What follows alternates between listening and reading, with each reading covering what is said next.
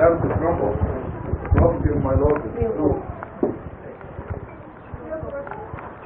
On that day we will let them mingle with one another, and the horn will be blown, and we will summon them all together.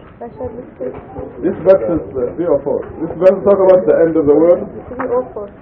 The last prophecy in the Quran before the end of the world of Gog and Magog.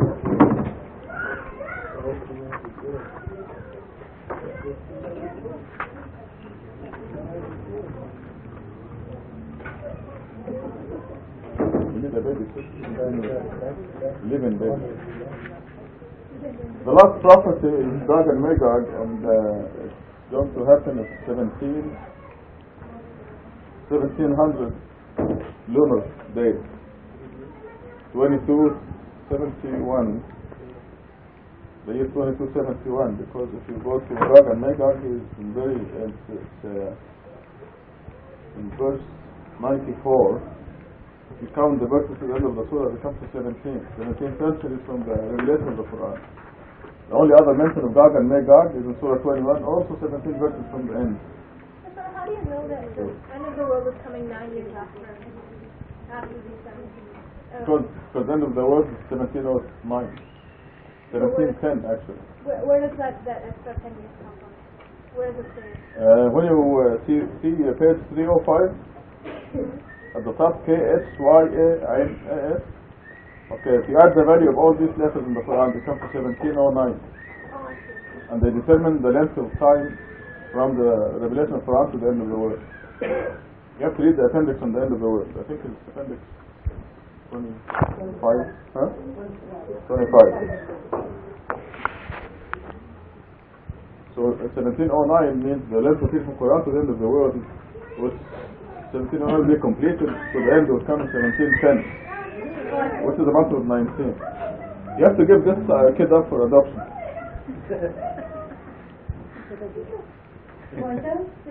Yes, I take him.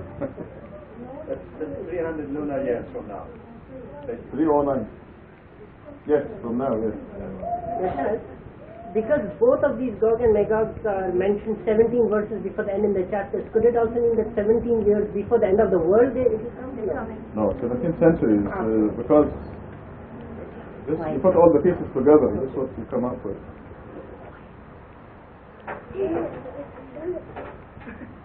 So 99 says, on that day we will let them mingle with one another. This is Gog and Magog will be two bad countries or nations or communities. It will not like the spread of true Islam around the world, so they will attack. Because God will not let them prevail. So then the world will blow up. In other words, you can think of God personally coming to intervene in this. And once God comes to this world, the whole thing will blow up. 100 will present hell on that day to the disbelievers. This is consistent with the rest of the Quran, where God says hell will be created on the day of judgment. There is no hell now. This is why the unrighteous die, because they wait until hell is created. They see it. God shows it to them in a nightmare, as you see in Surah 4. Heaven already exists, so for the righteous they don't wait. They go straight to heaven. 101. They are the ones whose eyes were too veiled to see my message, nor could they hear. There is something very important now that's developing. I think Edip sees it and I see it, and that the word used for message here is Zikr. And we're coming to the realization that Zikr means the mathematical code of the Quran specifically. The Arabic word. Zikr. Because if you look at Surah 38, this is our reason. This is how it all started to develop, and it makes perfect sense. Look at page 453.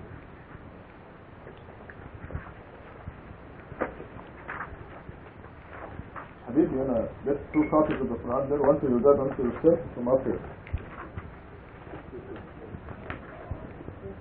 You notice that verse 1 says Sa'd and the Quran that contains the message. Arabic it starts with Quran is Zikr. In other words, the Quran that contains something in it, and it's called Zikr. What is the something that's contained in the Quran? It's the mathematical miracle. And it's in verse in Surah 38. And it begins with a letter Sad. Yeah. Get another one. There's more of them. Oh, you have two? Yeah. Okay, good. You're hiding the other one under your arms. Gibran, your mom was missing you. I have to teach her to expect only great things. Get used to that. They were not missing you? No, they were busy then. You're having fun. Where's Hanan? She's over there. Oh, there he is. How can you sit far from him after She doesn't so want many to be days? with me. You Oh, I want back see. family. Okay. I had 4 kids. He's adopted. MashaAllah. As long as you can see him sitting there, having fun.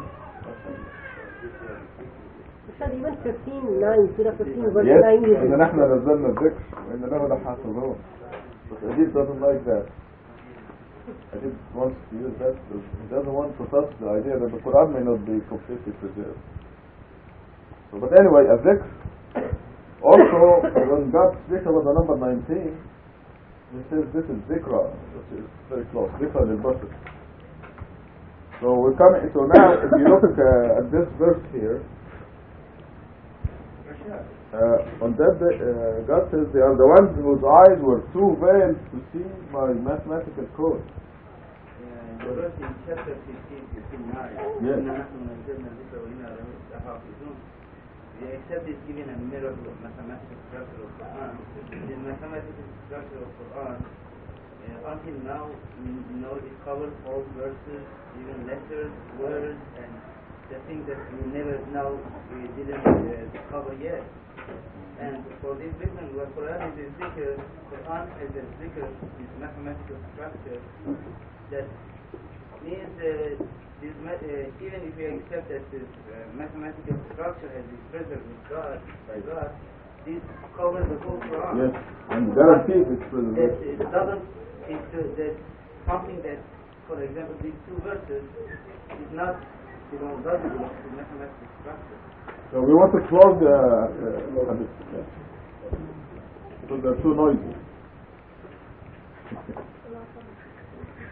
Okay, Edip. So this الذين كانت أعينهم في غطاء عن ذكري seems like the mathematical code fits perfectly here.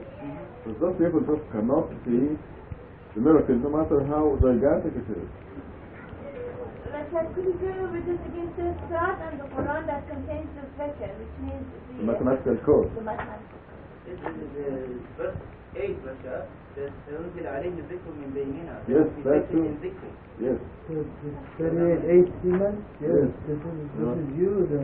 I thought you were talking about this one, isn't it? Yeah, this whole verse is talking about how they can't, why is he, why is This miracle. yes. So why did the message come down to him instead of us? In fact, this actually happened. This is actually what they said. Yes. So we're getting to this understanding now. So 101 says that the ones whose eyes were too veiled to see my message or my mathematical code or my miracle, to think of it in any of these terms, nor could they hear. This will be reflected in the new translation, inshallah. Anyway, this 102. Did those who disbelieve think that they could get away with setting up my servants as gods besides me? My servants meaning Jesus, Muhammad, Mary, Hussein, Ali. Yes. When you say message, so that's also the content. The content is also important. Yes. Right, not just the code. Right. So you're not going to disregard that. It would be all encompassing. Right? I just got it past by the word Zikr without pointing out that it is not the Quran. But it's the message as well as the code, as well as it's many. With a strong leaning to the code, because look at 26, for example, Surah 26. If you open that subject, I'll give you more evidence that it may actually be the mathematical code specifically. Surah 26 at the beginning.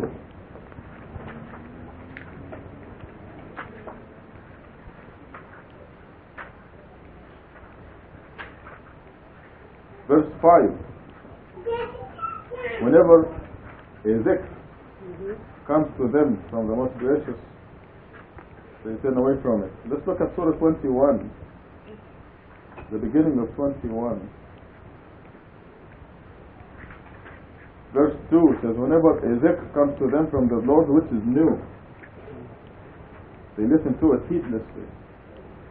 The same word is used. Zikr. 21:2. ما يأتيهم من ذكر من ربهم محدث, new ذكر, new evidence, new proof. So message and the word Zikr can mean in Arabic message or Reminder, coded message. Specifically a reminder. Reminder. Which also applies. Reşad. Yes. Excuse me. I think if the, how do you say, specify with a mathematical code, these verses have been revealed 40 centuries ago. If people that time they couldn't see this miracle, Right. and God blamed those people that they do not understand or see this Zikr. And that's You mean we're supposed to know nothing more than the people of the first generation? no, but I know, but they are the ones whose eyes were too veiled to see my, for example, mathematics. If you say this, we have to accuse all. No, I say this to us. Excuse me? I say this just to us, people who saw the mathematical code now. How do you explain the Arabs' failure to see the mathematical code?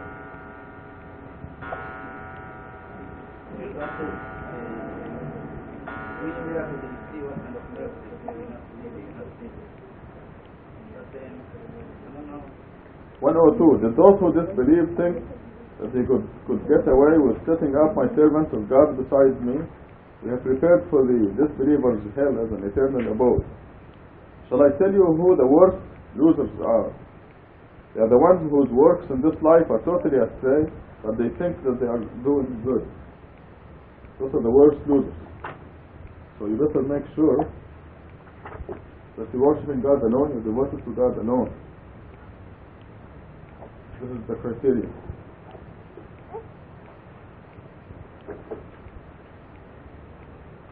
We were talking about this the other day, and we said you have to assume that you're no good, and try to prove that. And if you fail, then you're okay.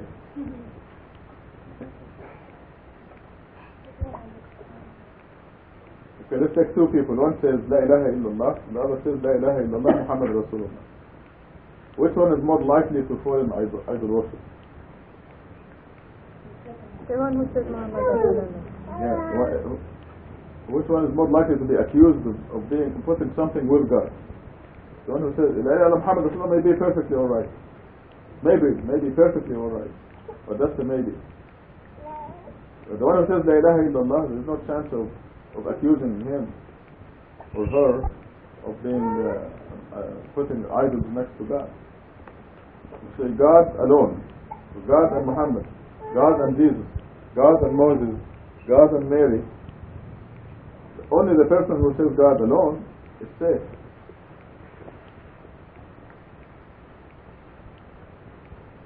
And they think they're okay, they're doing all right. Those are the worst losers, because on the day of judgment, not the day of judgment, on the day they die, it's a terrible surprise.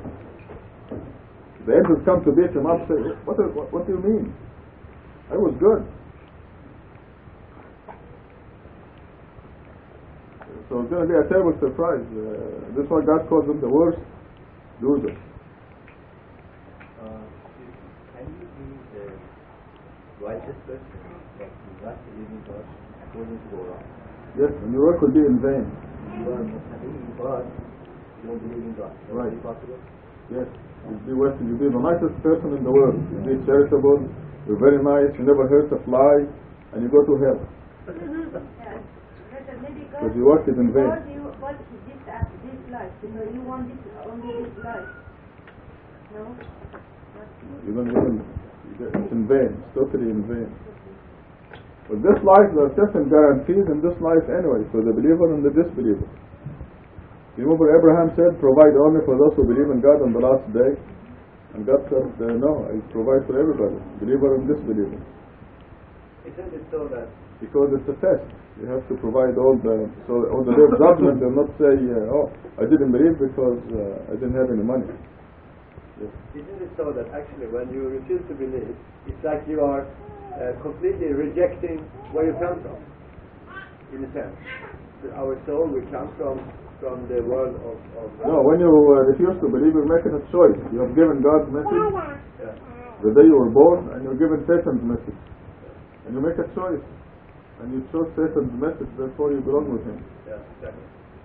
It's very simple, really. 105. Such are the ones who disbelieved in the revelations of the Lord and in meeting him. Therefore their works are in vain. We're just talking about that. On the day of resurrection they have no weight. You see, they can be very nice and very righteous, but if they don't believe in God, and the soul is emanated from God, then the soul will not grow, so they have no weight. They went to wet waters too long. The hereafter.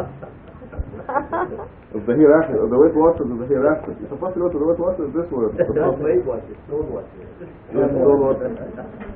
You're supposed to go to wet waters. We are wet waters of the soul, and we make it as fast as can be. We give you so many calories, like we're doing now. We have the fastest soul in the universe, I think. Alhamdulillah. Therefore the works will be in vain, on the day of resurrection they'll have no weight. So there'll be a weighing day on the day of judgment. See who is the heaviest. You're This is repeated throughout the Quran. Huh? You're fat and beautiful. Yes, fat and beautiful.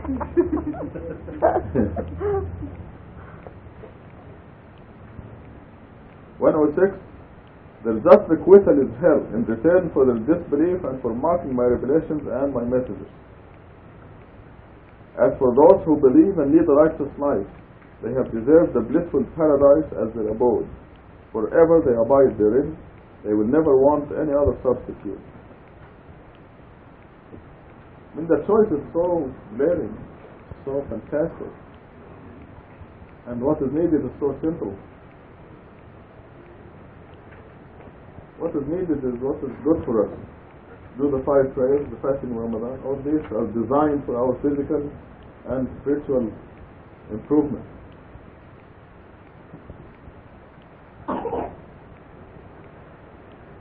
You get up before sunrise, you do the morning prayer, and you finish, by the time it's 8 o'clock, you finish more work than the others do by 5 o'clock in the afternoon.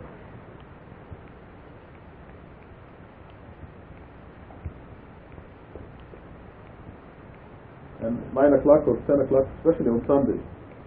10 o'clock, 11 o'clock, you see your neighbor coming out to get the paper. Very sleepy, stumbling around. But you've been out for 6 hours already.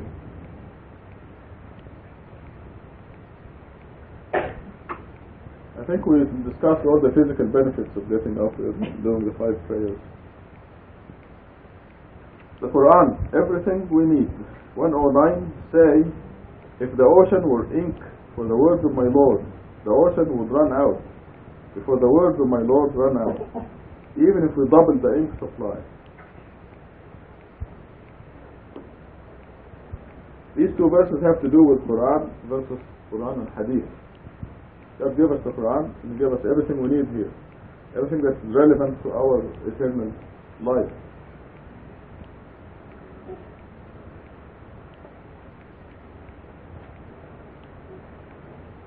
So when God tells us that the ablution is 4 steps, He didn't run out of words. If He wants us to do 9 steps as the regular Muslims do, He would have told us the 9 steps. When did He this mark, like quotation mark, was it on the original? No. Only the verses, the end of the verses was marked. That's it. We didn't understand the question. These dots and dashes and things and commas in the Quran, they did not exist. Maybe he was wondering if they existed in the past. Ahsan has a very good argument about this. the people who challenge God and say, if the Quran is complete and perfect, like God claims, where is the prayer, the details of the prayer? So she always asks them, you mean if the details of the prayer were in the Quran, perfectly stated here, will you follow them? She said, of course we'll follow them. She said, okay, let's go to the first step of the prayer, the wudu. Here it is, God tells us it's 4 steps. How many do you do? Do you follow this? Takes long. Yeah? It's a wonderful argument. She's so sharp.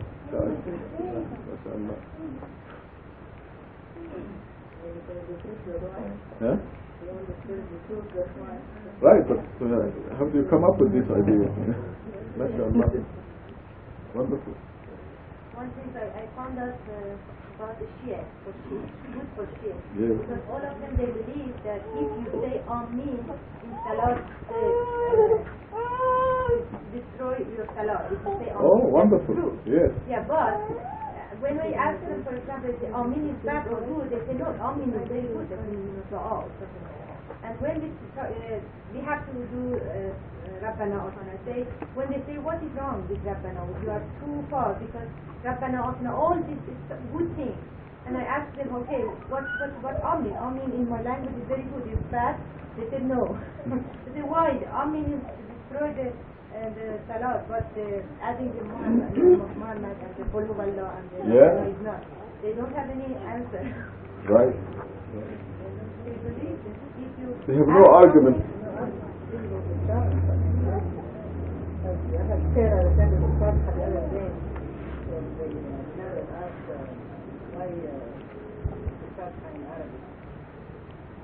Who was he?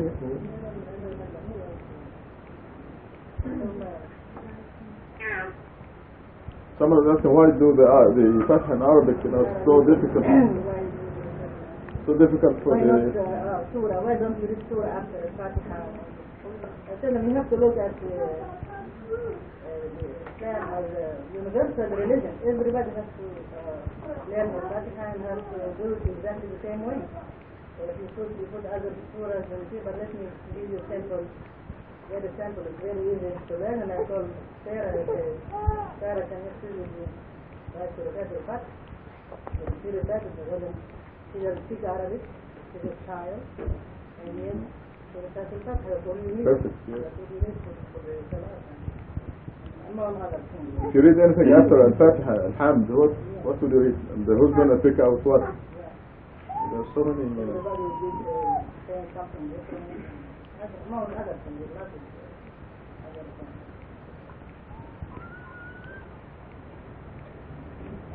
The Jafars don't know yet, but there are some new revelations, this is part of it, that pin down what to read at every rak'ah of the 17 rak'ahs of the day. And it is only Surah 1, nothing else.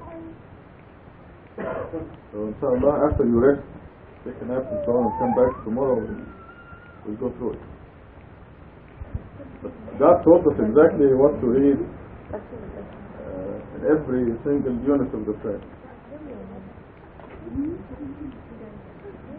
The last verse, 110, says, do not follow hadith.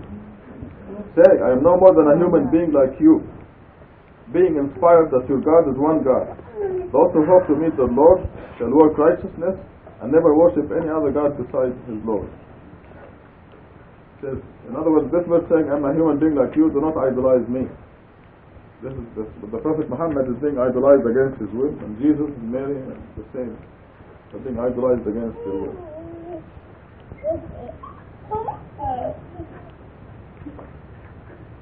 So this is our one-page afternoon Quranic study. Congratulations. But the floor is open for general discussion and questions. What's the difference between Lord and God? As far as I understand. Lord is referred to God with the capital L and the Rabb. But if it is a small L, it is like this. God is a small G. Or Rabb also. Sometimes it refers that they made their priests as Rabbis. Sometimes the word I, not the I, some of the G. What difference is higher and lower? We means the angels participated. It means God and the angels. I means God alone. I thought Laila went to San Francisco yesterday. Are you going today? Tomorrow. Oh, tomorrow. That's good.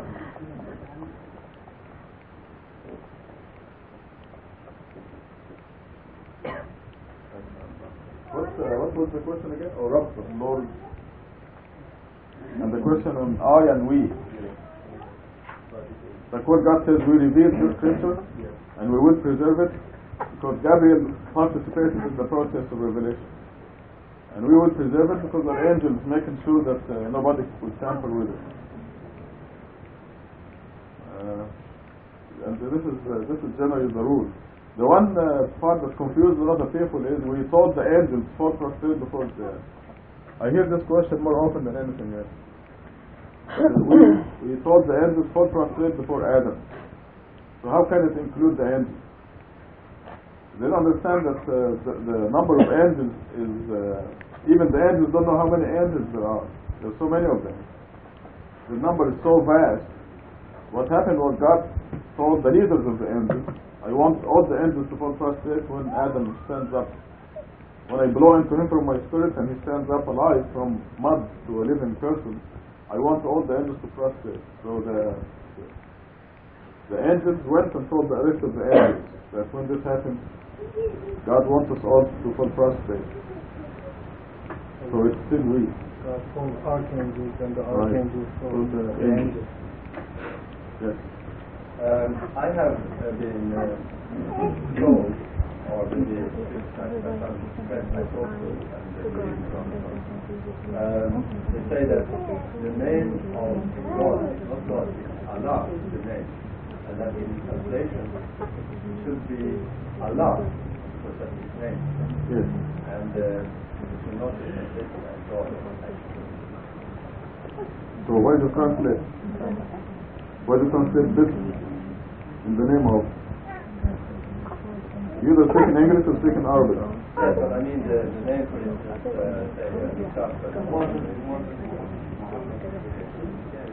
Allah is Allah. This is what I say. Yes, Allah is not a name. It's not a name. No. So they are allowed to say that Allah is a name. Right.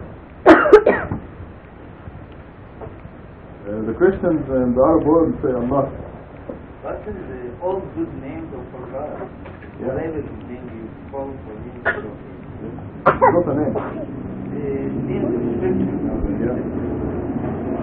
Allah means literally the one God. The one, yes, the one.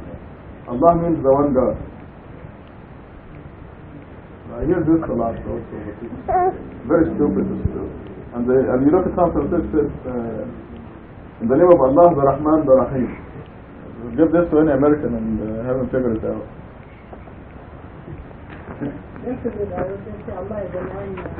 Yes, yes.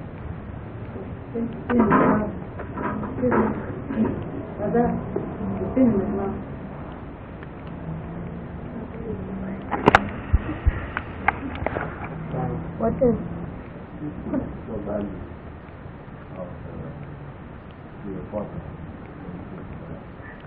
When you add up the natural value of the whole of that,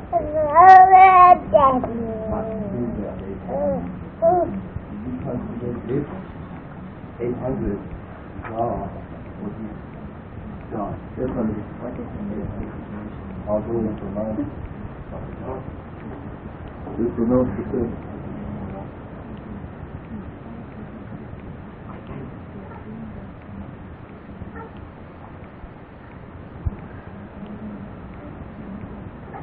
One is heavier than the other one. The 109 is a part of the infinity of Allah. That basically means Allah is infinite. Therefore, even the writing and the ink has to do with True. The true statement. One subject is very confused, especially from many disbelievers, they make him more confused. God created the earth, then He put the الله أكبر الله أكبر الله أكبر الله أكبر الله أكبر الله أكبر لا إله إلا الله الله أكبر الله أكبر الله أكبر الله أكبر لا إله إلا الله الله أكبر بسم الله الرحمن الرحيم الحمد لله رب العالمين الرحمن الرحيم مالك يوم الدين إياك نعبد وإياك نستعين اهدنا الصراط المستقيم صراط الذين أنعمت عليهم غير المغضوب عليهم ولا الضالين الله أكبر سبحان ربي العظيم سبحان ربي العظيم سبحان ربي العظيم سمع الله لمن حمده الله أكبر سبحان ربي الأعلى سبحان ربي الأعلى سبحان ربي الأعلى الله أكبر الله أكبر سبحان ربي الأعلى سبحان ربي الأعلى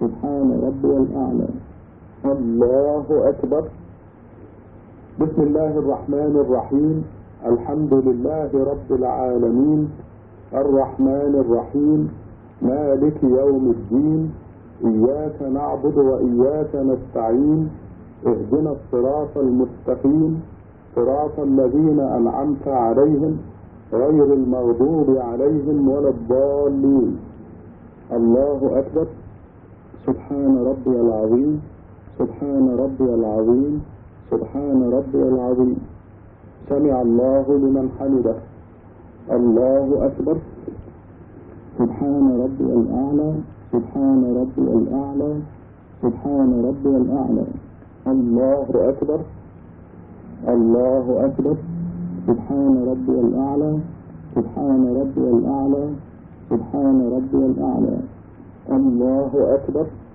أشهد أن لا إله إلا الله وحده لا شريك له الله أكبر بسم الله الرحمن الرحيم الحمد لله رب العالمين الرحمن الرحيم مالك يوم الدين إياك نعبد وإياك نستعين اهدنا الصراط المستقيم صراط الذين أنعمت عليهم غير المغضوب عليهم ولا الضالين الله أكبر سبحان ربي العظيم سبحان ربي العظيم سبحان ربي العظيم سمع الله لمن حمده الله أكبر سبحان ربي الأعلى سبحان ربي الأعلى سبحان ربي الأعلى الله أكبر الله أكبر سبحان ربي الأعلى سبحان ربي الأعلى سبحان ربي الأعلى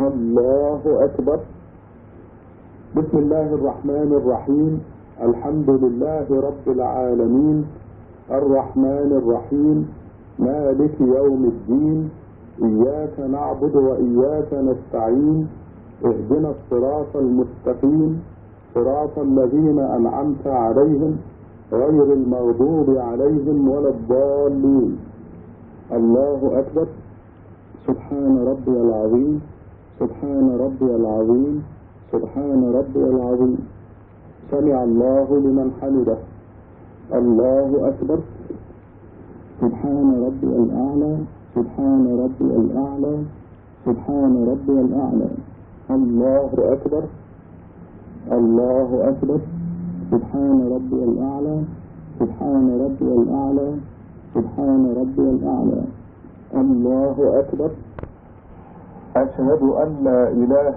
إلا الله وحده لا شريك له. السلام عليكم. السلام عليكم. حي على الصلاة.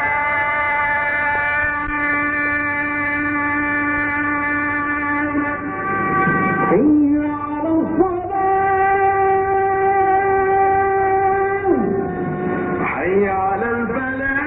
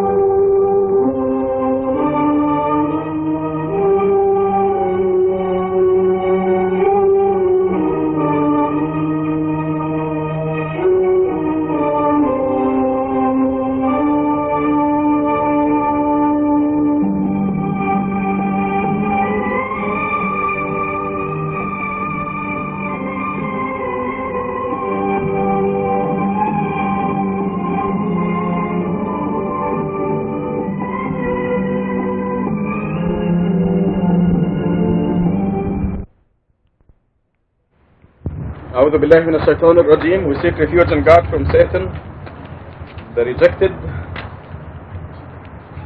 Bismillah ar-Rahman ar-Rahim. In the name of God, most gracious, most merciful. Tonight we start at Surah 81, and our teacher is Edip. He's going to start right away. Go ahead. Bismillah ar-Rahman ar-Rahim. When the sun is rolled, the stars are crashed into each other. The mountains are wiped out. The reproduction is halted. The beasts are summoned. The oceans are set aflame. The souls are restored to their bodies. The girl who was buried alive is asked, for what crime was she killed? The records are made known. The heaven is removed. Hell is ignited. Paradise is presented. Every soul will know everything it brought.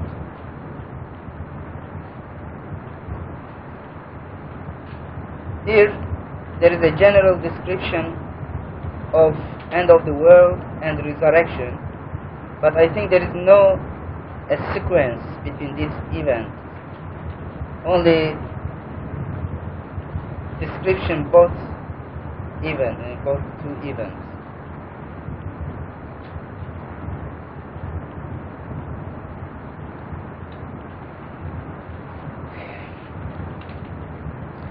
God messenger of the covenant, I solemnly... You explain the stars crashing into each other. The sun is rolled. Yes. We're not going to let you get away with it. You have to explain. We can read it. Yes, I know, but it is so obvious. What can I say? The mountains are wiped out. Yes, because the harmony, yes, the system will be collapsed, and there will be no gravitation, there will be no any system, and everything will collapse, will catch each other. And this is a description of end of the world. Very obvious. So there will be an implosion. What? There will be an implosion. That sounds like it. The stars will crash into each other. During I the don't want to give you, explosion I'm not also. giving you a rough time. No, I don't worry about it. Okay, in Surah 39 it says, when I fold the Yes. heavens like folding of a book. Yes. This is it. So it's an implosion. They are expecting an implosion. There are two theories about end of this universe, scientific theories. According to them, one option, the universe, because universe is expanding, if the expand speed is more than a critical point, the universe cannot come together how do you say, forever it will expand. And but another theory is the maximum speed is below the critical point, and then after a while, many years later, they say thousands years or billions years later, they will come together. For example, if you threw a stone from the earth more than 11 kilometers per second, if its speed 11 kilometers, more than 11 kilometers per second, this stone will not come back to the earth. But if the speed of the stone less than 11 kilometers per second, it will come back many kilometers later. It will stop and then will fall on the earth. This is gravity law. And now from Quran we understand, we know that the second theory will occur. This theory is called as what is the opposite of open? Implode. Yes, universe theory. But what is the Quran's theory? Quran theory is implosion. They will come together like the paper of the book. And yes, this is a description of implosion. Why will it happen? Creation where explosion. What? Why will the implosion happen? Because God will say be, and it will be. No. It's not just that. Anybody wants to kitchen? Yeah, Emily. God will come. Yes, there you go.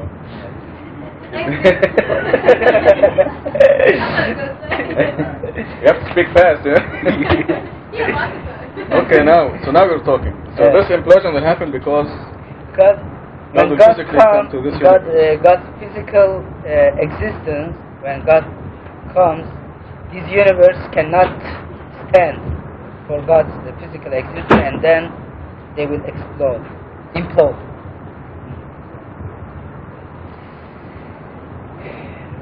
Do you have any question about this part? If you ask, we can explain. But why? It's like pulling teeth, you know. It's got the information there, but you have to pull it out. Yes. So do ask him questions. I have a question. What about verses 8 and 9? The girl who was buried alive is asked for what crime was she killed. From Quran we learn that Arabs, they were humiliating women, and they were not glad with the girls when they see girls as a baby. They didn't want girls, and they were killing them. And this was a very great crime, offense. And also now we can see the extension of this understanding. In many places in the world, girls are also the second class of human beings. And I think killing of girls was because of economy. The boys, when they become adults, they could gain money, or they could work, but girls that time they couldn't do it, and this was one of the reasons.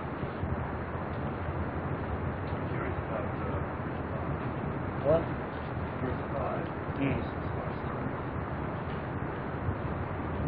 Some. The beasts are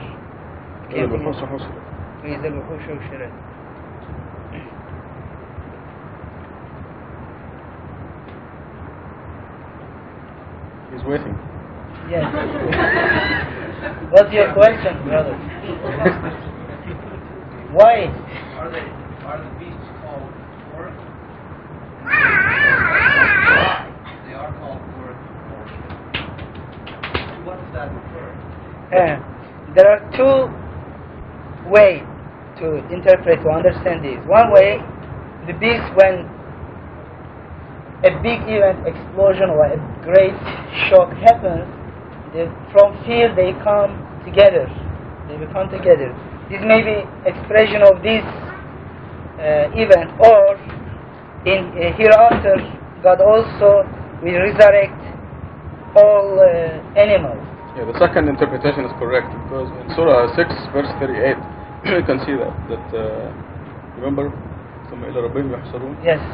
So it's the same word being used, that all the animals will be resurrected and will be gathered on the day of resurrection. I also have a comment.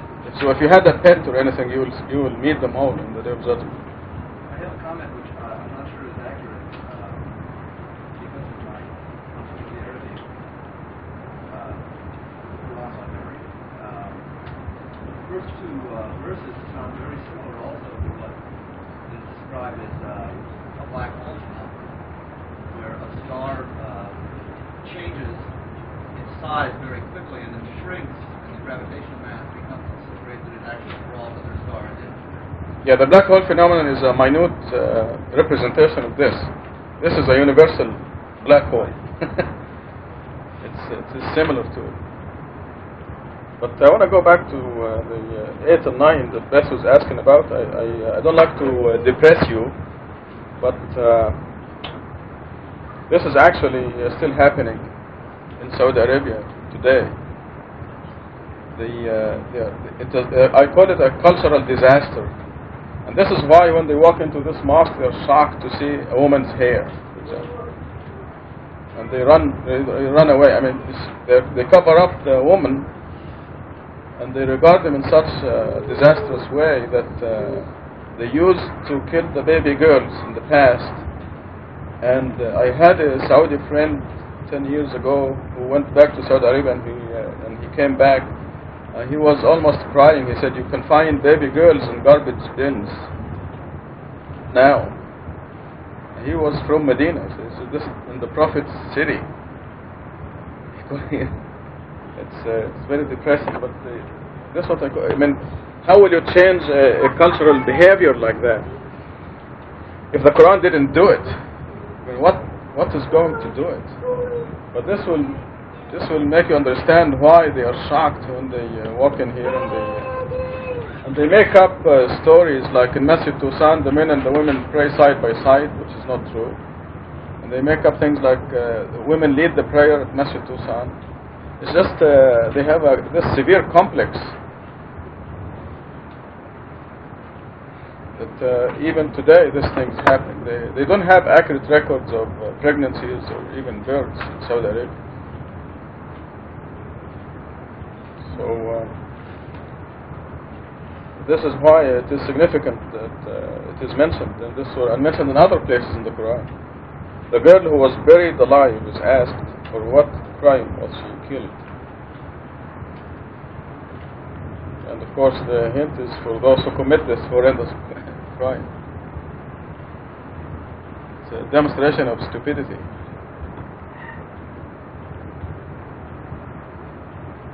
So believers don't have that.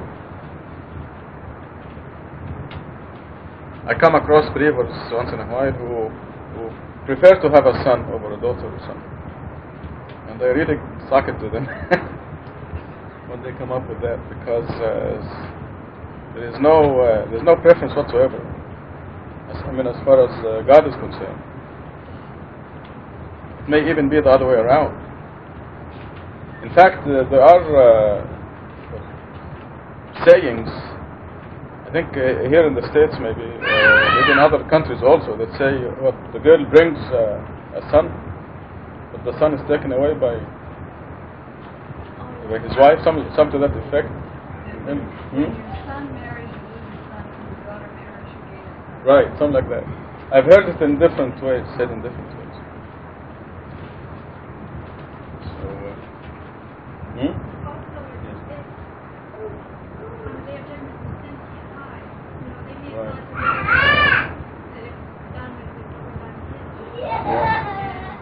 this should be brought out. It's such a horrendous crime that the Quran gives it a lot of attention. It also reflects the kind of mentality that exists there, even now. Any comments, please?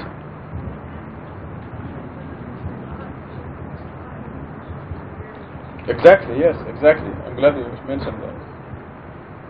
Yeah, even the women who survived are actually buried alive. The way they demand that they're covered up this way.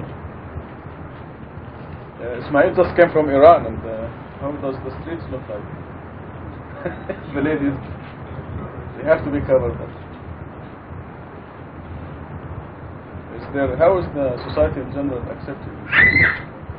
Is there any kind of rebellion among some people? There are some rebellion, but they kill, they say that the government is true. Is it a widespread rebellion? Or is it just limited to the people? Are the people accepting it? Like, let's take the ladies who used to walk in the street in European clothes.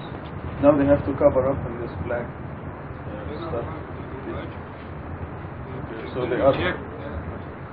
They're forced, because otherwise they'll be killed. So did you hear over there? Ismail says that there is rebellion against this forced dress in Iran, but they can do nothing about it. If they speak up, they'll be killed. So it is terrible oppression. This is a form of burial. They're being buried alive. What's her name?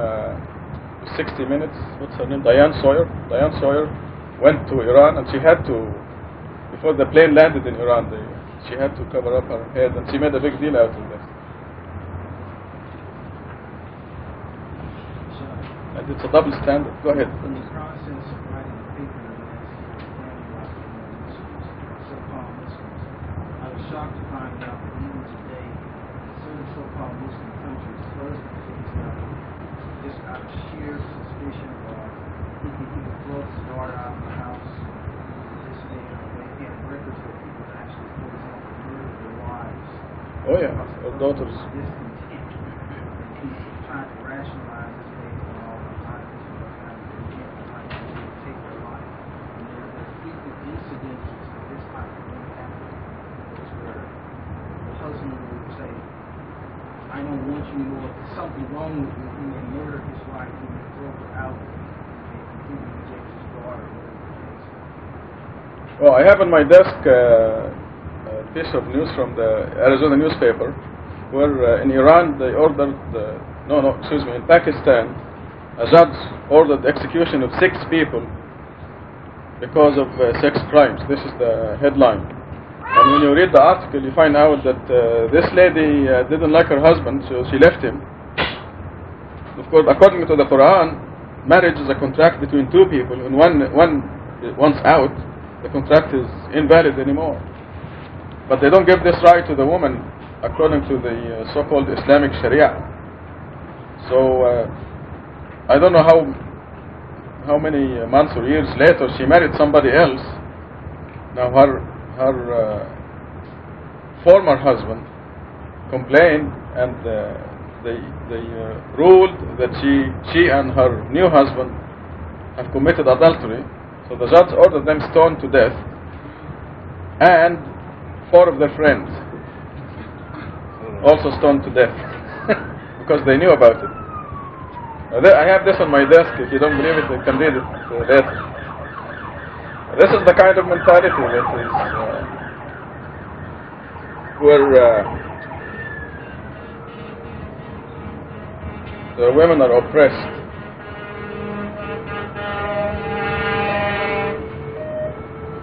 And we read in Surah 28 that God feels for the oppressed, and He makes it up to them. According to Hadith and Sunnah, the majority of inhabitants of hell are women.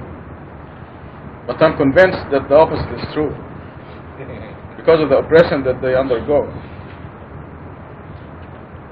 When I served in Saudi Arabia for the United Nations, I came across a daily program where people send messages, and most of these messages were from women.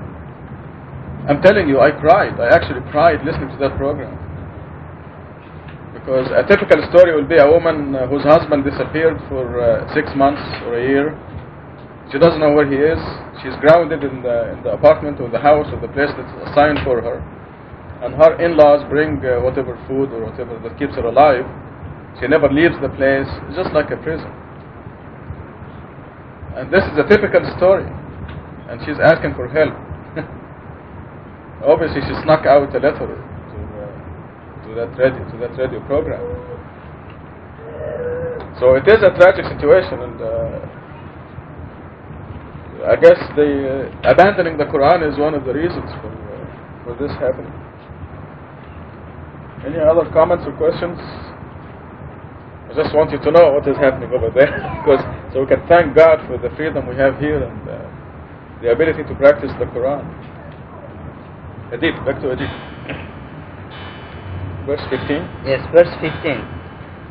God's messenger of the covenant.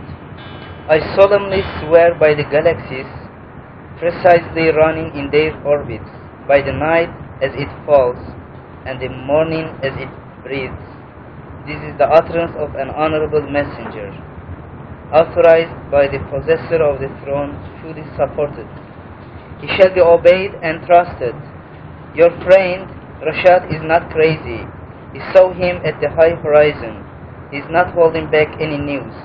It is not the talk of a rejected devil. Now then, where will you go?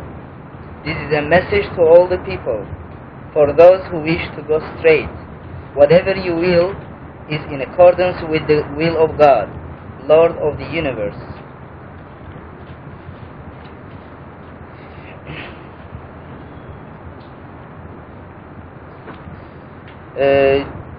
Look at the footnotes. If you add the number of the chapters plus Reşad, geometrical value of Reşad and Khalifa, you'll find it divisible by 19, and this refers to the message, because in verse 27 God says, in huwa illa zikrun lil alamin. This is a message to all the people.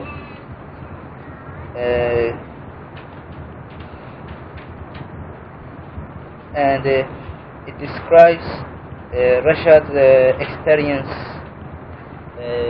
how many years ago? 20 years ago, in 1971, when he was in Medina, in Mecca. He had an experience, a visual experience, and this is a description of this event. I think if you refer to this Appendix 2, page 643. In Appendix 2, there is a reference you have now.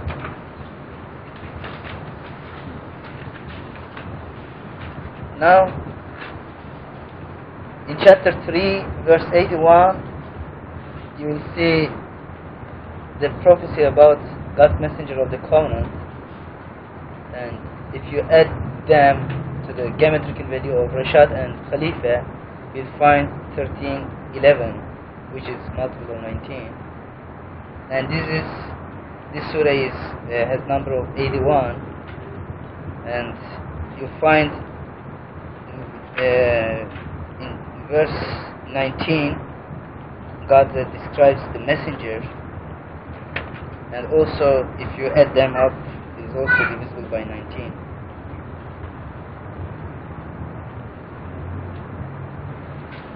This is, of course, very embarrassing to me, but I can't afford to hold back any of this. It's mainly for the future generation. Our generation may not be able to stand this kind of news.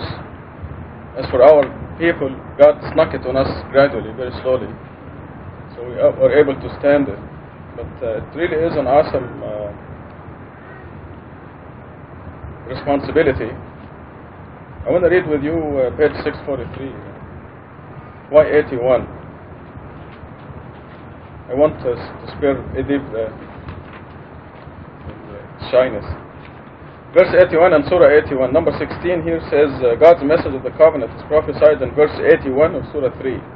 The addition of the grammatical value of Reşad, which is 505, plus the grammatical value of Khalifa, which is 725, plus the verse number 81, produces a total of 1311, 19 times 69.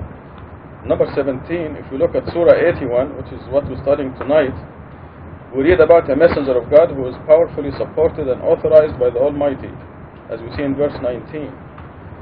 Thus, verse 81 of Surah 3 and Surah 81, verse 19, are strongly connected with the name Reşad Khalifa. As you know, when the first hint came out in the first translation, authorized English version, a lot of people were up in arms, why authorized? Who authorized this? But the verse in Arabic here, verse 20, is very clear, authorized by the possessor of the throne, fully supported. And now we have these mathematical proofs, Quranic and mathematical. Number 18 on page 643 say, if we add the surah numbers plus the number of verses from the beginning of the Quran to verse 381, where the message of the covenant is prophesied, the total comes to 380, 19 times 20. And this is shown in table 6. You understand this number 18? You take the surah numbers and the number of verses from the beginning of the Quran to the place where the message of the covenant is prophesied, and this gives us 380, a multiple of 19. And as you know, 19 is our generation's sign. Number 19 says the geometrical value of verse 381 is 13148, which is a multiple of 19. This value is obtained by adding the geometrical values of every letter in the verse. Number 20, if you look at that portion of verse 381, which refers specifically to the message of the covenant, I have it here in Arabic. It says, a messenger will come to you confirming what you have. We find that the grammatical value of this key phrase is 836, 19 times 44. So this is the connection with Surah 81. This is why I couldn't afford, or to avoid writing in verse 22, put the name Reşad in parentheses there, verse 22. And some of you are familiar with the initial announcement will excuse me for doing this, because I just can't afford to hold back. Those of you who are not familiar with that momentous night, I'd be glad to go over it with you again. And if you find that this is not acceptable, I don't blame you. It is very difficult to accept. But I will be very happy to discuss it with you if you have any reservations. And like I said, this is for the future generations. It'll be easier for them. I have to share with you a story that will please the believers. We were staying at Farima and Amir Kulani in San Francisco, and they have two children. Shaliz, she's 8 years old, and Paris, he's 6 or 7. After 2 days of staying there, the neighbor's kids came to the house and asked, "Where is God's messenger?" Apparently, that the Farima and Amir's children were going to the neighbor saying, "Guess who's sleeping in our house?" And it reflected how it will be a lot easier for the new generation, because they don't have the holdbacks or the hang-ups that we have. They will grow up and they will look at the whole story objectively. They will look at the proofs objectively without anything holding them back.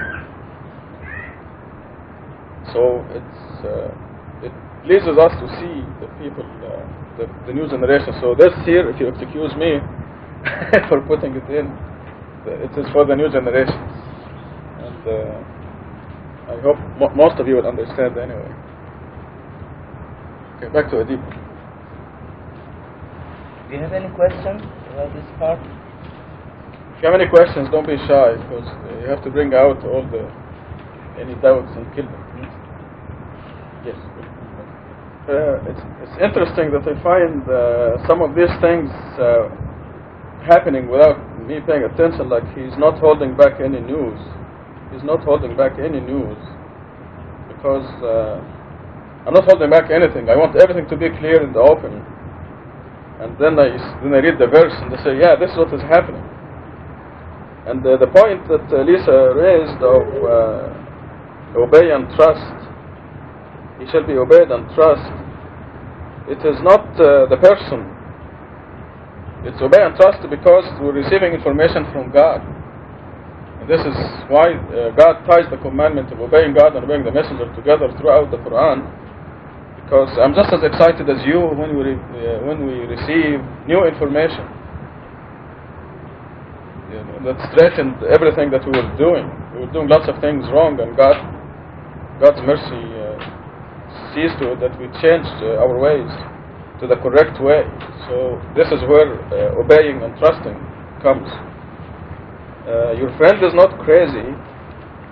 This ties in with the other statement. The Quran says, I've lived with you many years. In other words, this is a quotation in the Quran. Remember it? I forget what it is exactly. But what it says is that here is a person who's been with you for many years, and you know he's not crazy. Because a person who is not a messenger of God, who claims to be a messenger of God, will have to be crazy. If he is not a messenger, to be a person who has no belief that he will meet God someday, and will be asked by God about everything he's doing.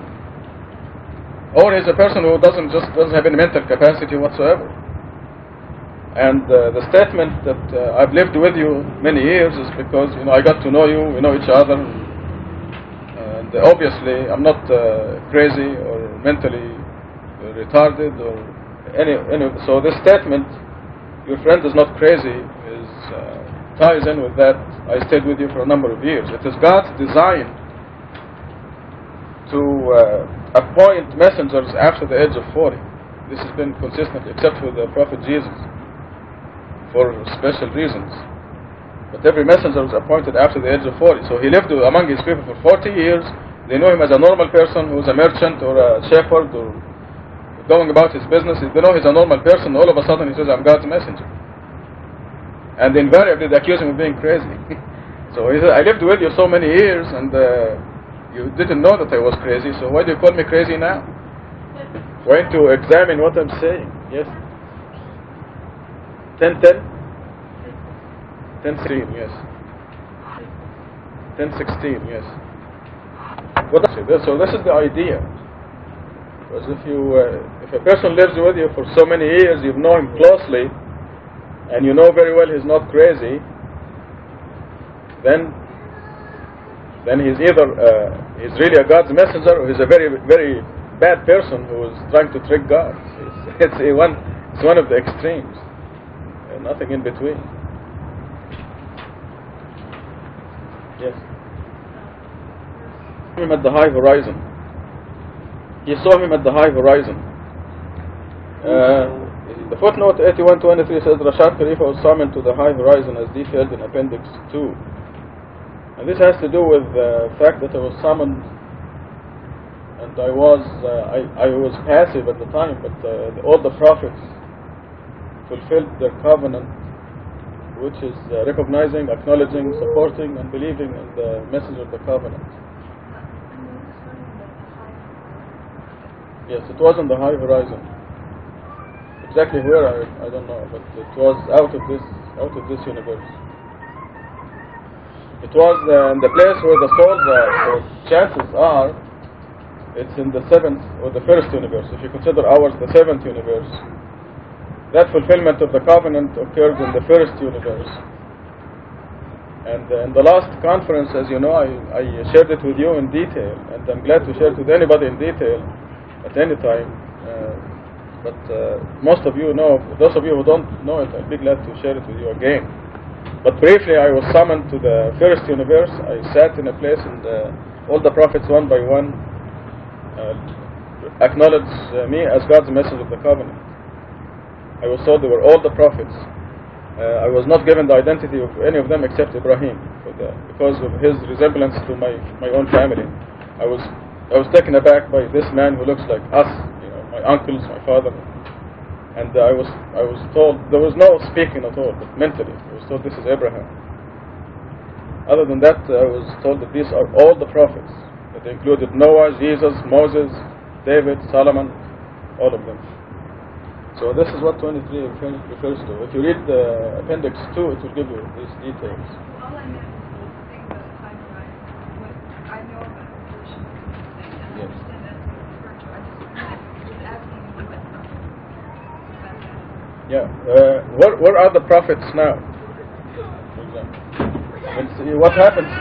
When I take it to the babysitter, take it to the babysitter. Go ahead. You'll be alright there.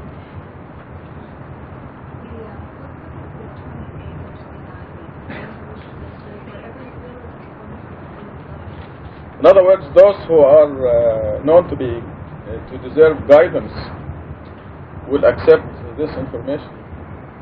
The people who are willed by God to be guided. Does this make sense, Martha? Should be clear. So this is a message to all the people for those who wish to go straight. You know, when you pray every day, you say, "Ihdina as-sirat al-mustaqim." Guide us on the straight path, or the right path. So those who wish to go straight will accept this heavy information. This is very heavy information.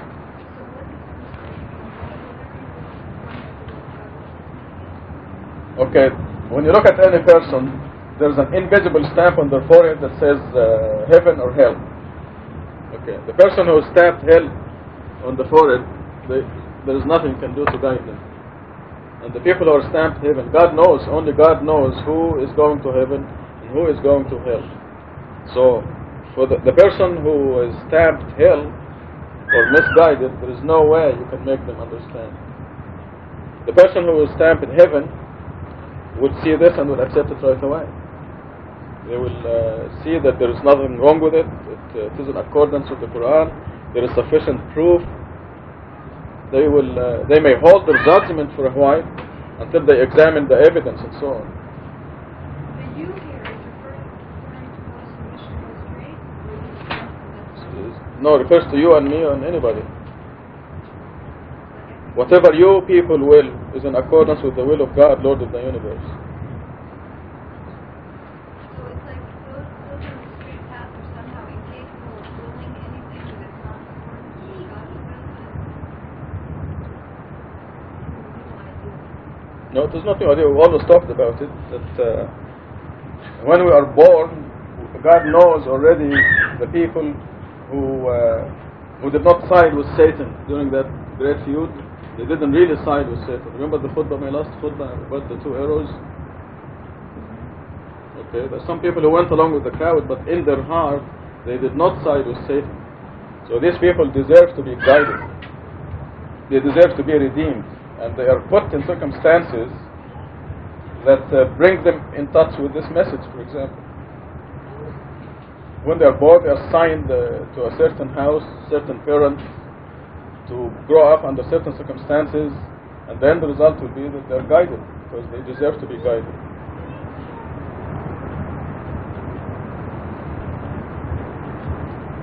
Douglas. This is a blessing also to us and all believers, because the moment, not literally speaking, but when we talk about miracles, a lot of people say, well, it's probably a miracle, etc. And when we mention, I know I've had experience when I mentioned the Dr. Reşad Halife's message of the covenant, that totally nullifies everything that's said. And a lot of people who quote Quran and read where does this explanation come from? You say that God is sent a messenger, but they immediately just accuse you of worshiping the messenger. All of a sudden, you need to hang on someone, you can't think on your own. So this is both a protection and a mercy for the people who are also guided. Because one of the strategies of the atheist and ruling leaders is to tell you that you are incapable of standing up on your own, you need someone else. The authorization and the sign removes a doubt from the hearts of the true believers. You know that the motivation and incentive is from God to receive God's message. It's just striking. It's an obstacle. It's an obstacle for the misguided.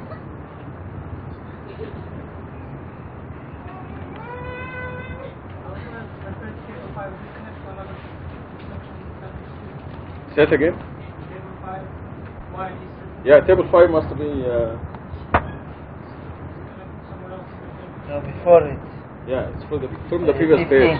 Must be 15. This copy is just dealing with the number 81 because this is Surah 81.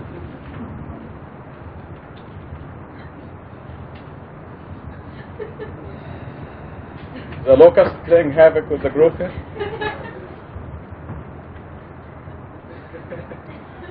Who will be the lucky person? Yes. Now Douglas said that this is lucky for us because actually we have no idea how lucky our generation is, because this puts us in a place where we can belong with the elite of the elite. The elite of the elite, or in the Quran, as-sabiqun, those who are especially close to God are the people of the first generation. Whenever a messenger comes, Abraham or Ishmael or Jesus or Moses,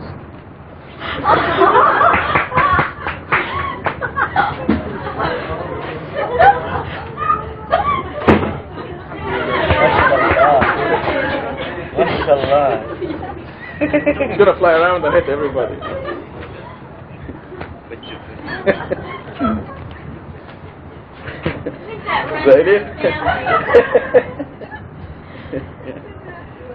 The elite of the elite are the people who exist at the same time when the message is new and the people are rejecting it, and you are being persecuted for accepting that message, which is worshiping God alone, accepting the word of God alone. It's a very heavy responsibility, and the people who accept it are very, very, very, I can this forever, fortunate, because they are the elite of the elite for eternity. And you're not born at this time by coincidence. There is a reason for it. Obviously you deserve it. But to say that we are lucky or fortunate is the understatement of the century. It is really a very, very exciting part of history, and I'm just talking as a person. So God happens to want us to know certain information to correct our path, and God's system, as we learn from the Quran, is that He selects one of us to distribute the information through one of us, and doesn't make this one of us any better or worse or special. There is no, and we have many lessons in the Quran indicating this. Moses, one of the great messengers, God sent a teacher in human form. He could have been a human. Probably he was an angel. But God didn't tell us if he was a human or an angel. The fact is that Moses existed, and there was another servant of God who taught him a few things. So it's just a system whereby God disseminates information to all of us. We are a very fortunate generation indeed. Alhamdulillah. Abdullah.